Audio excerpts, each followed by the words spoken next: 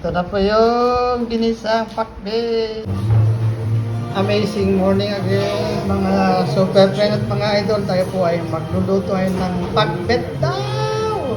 Ito pa nga i-explain. Alin yan guys? Siyempre ito ilalagay natin. Lingayen salted shrimp. Tomato, shrimp. Mga nakuha lang po natin ito sa likod ng bahay. Bakuran po. Singkamas fruits. Alin yan singkamas. Okay. Magigisa na tayo. Ito po, nagigisa na po tayo ng pork belly.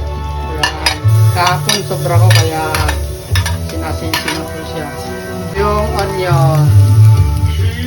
Gisa-gisa na lang po para makakuha natin yung lasang pork belly. Sunod kamatis sa kastribos. Naisunod na po.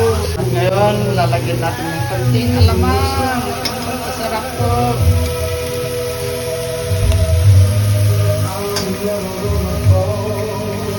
Isa lang.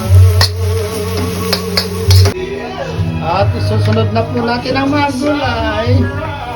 Singkamas,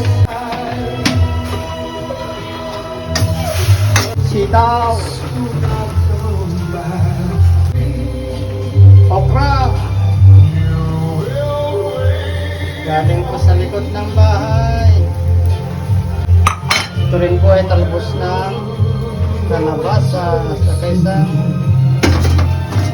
natin ng konti. Narin po natin ang kalabasa. At sinunod na po natin ang kabatiti shrimp. Saka ang palaya po. Yan. At tutubigan natin ng konti.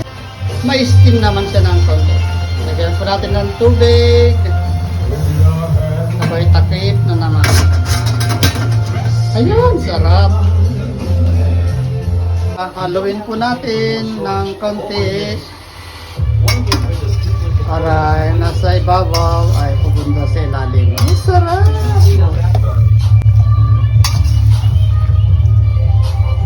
Pinakbet na. At ito po yung panghuling linagay natin, ang kalabasa talbos. Yan. Malapit na po. Sarap!